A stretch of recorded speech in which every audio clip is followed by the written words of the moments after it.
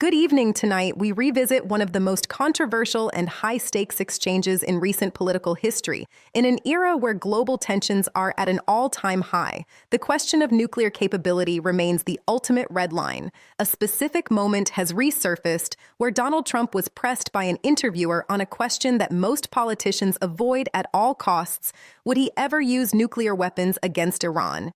The response provided a chilling look into the doctrine of unpredictability that defined the Trump presidency.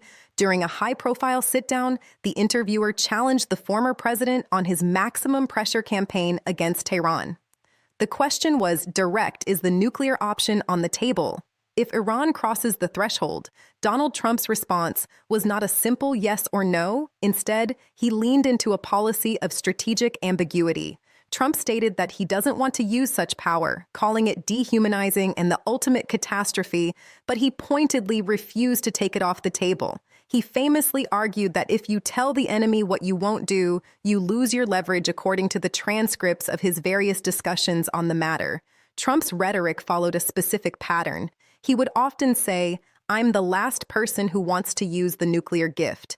It is a devastating thing, but I will never tell you what I'm going to do. We have the greatest weapons in the world.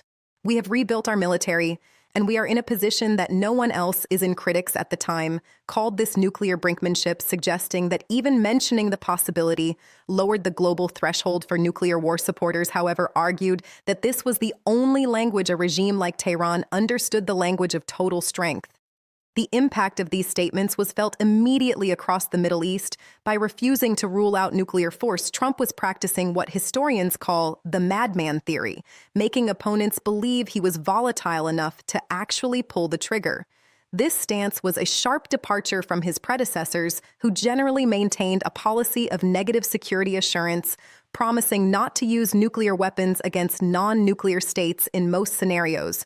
Trump's refusal to provide that assurance kept Iran and the rest of the world on edge for 4 years. Whether you view it as a masterclass in deterrence or a dangerous gamble with humanity, one thing is certain: Donald Trump changed the conversation on nuclear ethics forever. As the geopolitical landscape continues to shift, the echoes of that interview remain a central part of the debate over American power. Reporting for the news desk, stay tuned for more.